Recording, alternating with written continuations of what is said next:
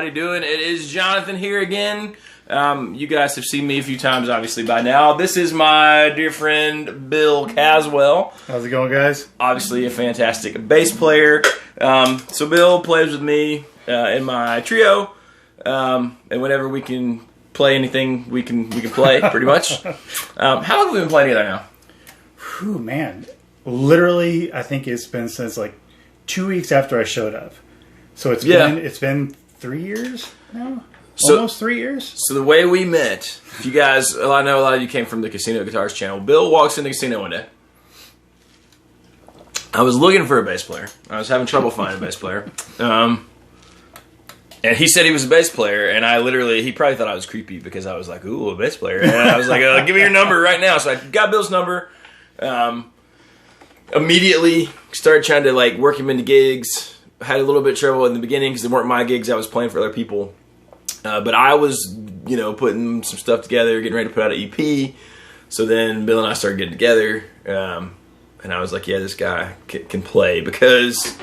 And this is what we're going to talk about today. When I get players, especially for my stuff, I don't like to tell them what to play. I like to just play, and I like to dig what they do and then them do that, And I like... like on the EP that Bill, we ended up, the first stuff we played, I played all the bass lines because I didn't have a bass player around that I was using consistently. I didn't say, hey, you got to play these horrible bass lines that I recorded. You didn't at all. Yeah, you gave me... In fact, I was like, don't play these bass lines. Like, just, Pretty much.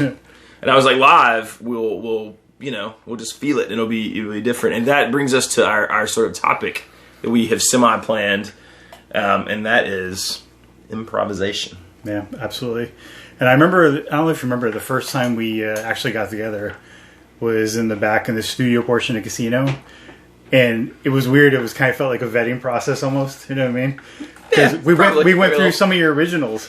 And I remember right off the bat, I was like, oh, man, thank God a real player. Because I had been like, oh, man. It had been so long since I played with like real guys, unfortunately, So long that I made the... I made the cut. I was included in no, but it was cool because right off the bat we kind of vibed, and I think a lot of people have a misconception that vibing with somebody or actually being in sync with somebody is like a wholly natural thing, and it's really not.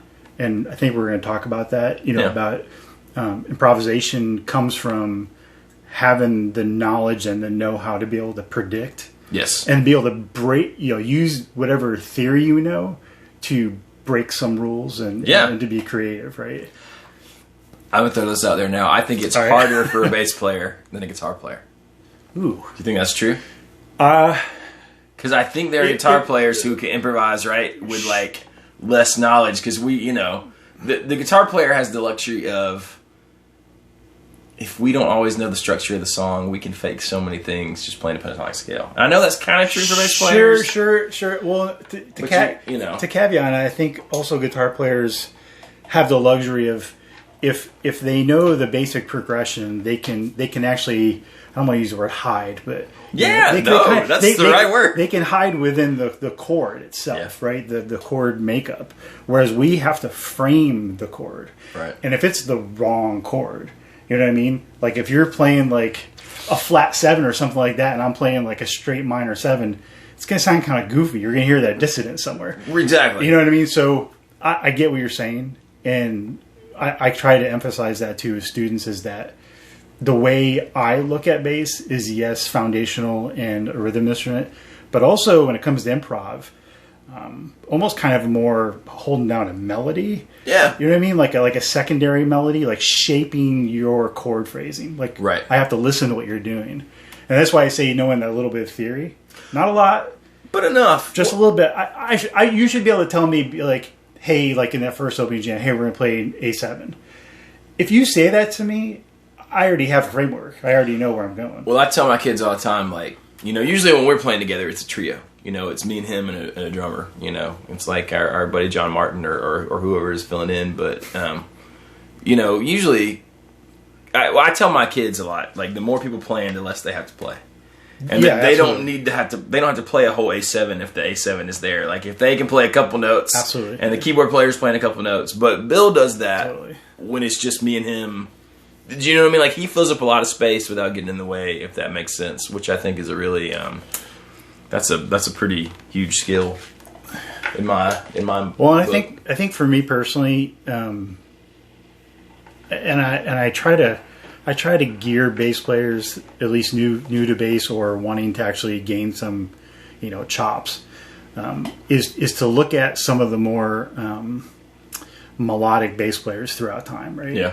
Who's your big ones? Now, guys like now, I mean, don't get me wrong, I'm a huge like Jamison fan. Yeah. But man, Paul McCartney probably set the bar really, really early. If you listen to his bass lines, man, super melodic, super smooth, really kind of understated, but it kind of made almost every song. It really did. And then you get into the crazy chops, you start getting into like late 70s, late 60s, early 70s, mid 70s, Yes, and The Who, right. And so you have Entwistle, you have Squire, and then for me growing up in New York, it was Billy Sheehan and all that kind of stuff, and you get all weird. Yeah. But that's cool though. But you start cool. you think that there's something magical going on when there's really kind of not. It's just that they're breaking out of the traditional bass mold. Right. But a lot of those guys, think about it. What were they in? A lot of them were in either trios or they, like in the case of the Beatles, they had music that allowed space. Yeah.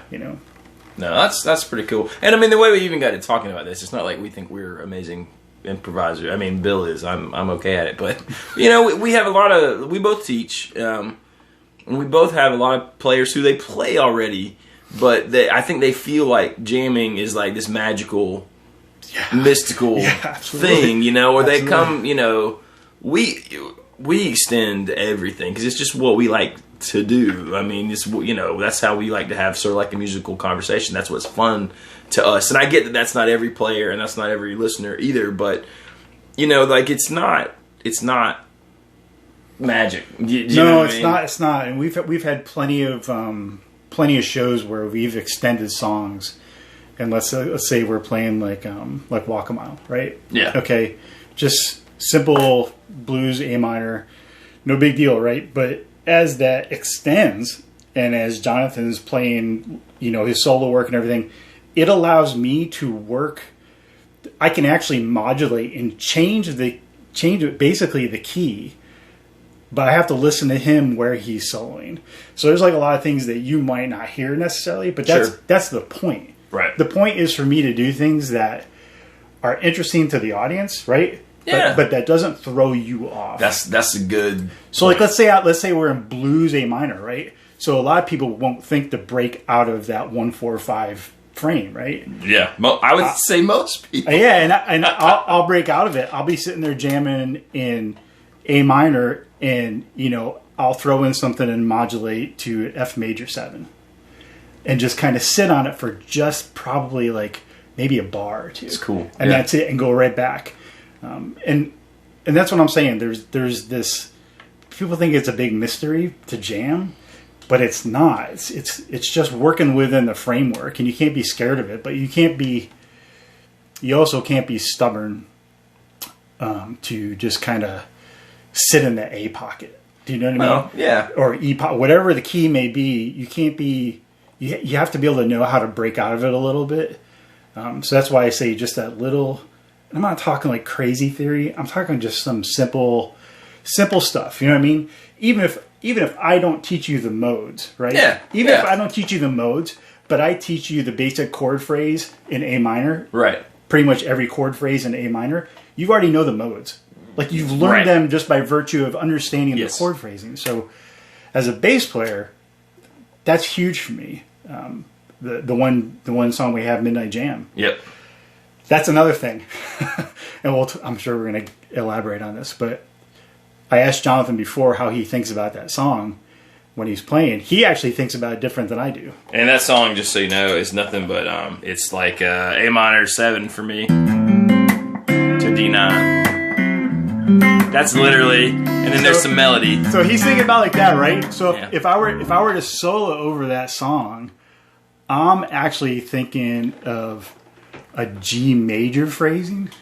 with some E minor and like a D dominant 7, and I'll actually work that in. Really? Yeah, dude. Play it. All right, let's do it. Here. Just keep playing that chord, and I'll show you how to play it.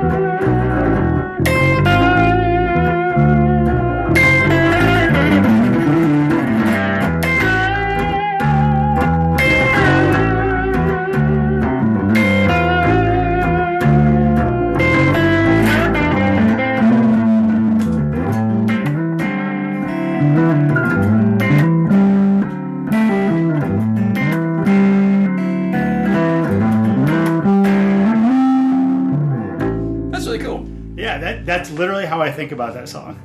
So everybody, I think you can have two different players playing the exact same song, but thinking about it different from a modality perspective.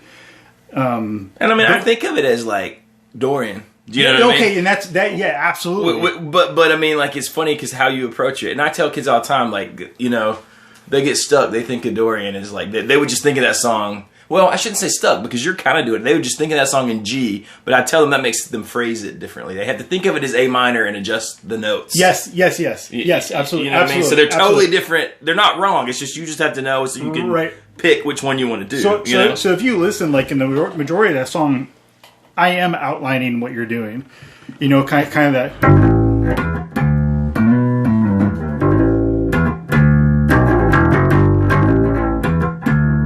That's what I'm doing most of the time, and that's kind of the A minor mindset, right? As a matter of fact, I'll even throw in like a, something like that to kind of really outline the A minor.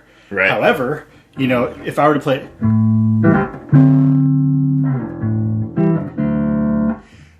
you see what I'm saying? Yep, those are the chords I'm looking at, and even like my favorite run ever, that G major. That right? That's super cool, right? Especially over that, and it's there where there's never a G. Yeah, exactly. Yeah. So the point is, like, I always tell people, God, man, it's too bad we can't have these open mics anymore because that is, to me, that's kind of like the actual live test bed for this stuff. Right.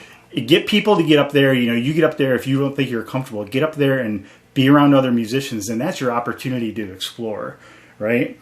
And to kind of put into practice whatever you're learning at the time. When I used to live in Charleston, there was a blues jam, every Wednesday. And that's exactly what it was. Because you get up, you didn't know who was playing. You maybe never played with the people. You didn't know what songs you were going to play. But you got up there. And you just... Yeah, there's always the dude who wanted to play songs that weren't blues songs, so they were like these ridiculous progressions, like a Steely Dan song. I'm like, we're at the blues jam, like what is wrong with you? So don't play Steely Dan songs at blues jams. No, don't do that because it's sort of impressive, but usually not because it doesn't usually go amazing. Well, and the other beautiful thing about jamming, like on blues especially, is that, or even like the song like Midnight Jam. That's mostly in that Dorian phrasings. If you're a pentatonic bass player, right? Or you're a pentatonic guitar player, there's pentatonics hidden everywhere. They're everywhere. They're everywhere. True. I mean, if I think of like G major, E minor, I'm like already seeing like what, at least 1, 2, 3, 4, 5 minor. Yeah, you know what I mean. And there's all kinds of like accidentals in there and all kinds of stuff. So, improvisational skills don't have to be crazy chop theory level nutso stuff. You know, if you're a pentatonic guy or that's what you're comfortable with, find the pentatonics within it and phrase them. You know, because not every pentatonic has to be, you know, eighth notes, eighth note. You know what I mean? It doesn't have to be like that. Yeah, I mean, did you know that? Yeah. No, I didn't. So like, you know, you can sit there and go. It's funny that you say and play that, right? Because most of the great jam bands, the dudes are not shredders. Oh no! You know what I mean? They're melodic. They're doing. Yep. I mean, that sounds like it, right? It's bouncy and it's fun, but they find little melodies and themes and they build on them, right? That's exactly. And they move them around to those different sets of pentatonic scales.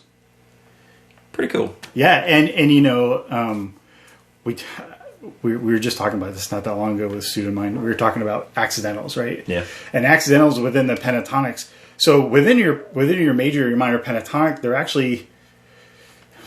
I'm going to dare to say, that there really is no wrong note. If you stick within the structure, within the basic whole tone of a minor pentatonic, let's say, right, there is no wrong note. So if you're jamming on A minor, right, if you're jamming on A minor, right, that's there, but also.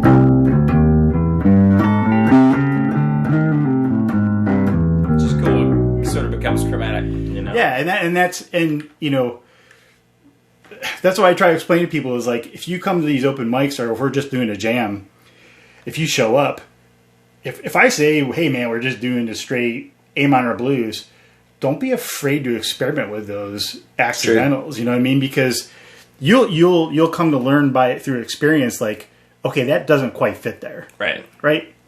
You know, or if I say, you know, we're doing blues in A minor, straight up A minor might not fit, right? Right. You know what I mean? It's true. Like that F might not have. Like if you start playing, sometimes if you get into like diatonic scales, you can get in some. You can get dicey.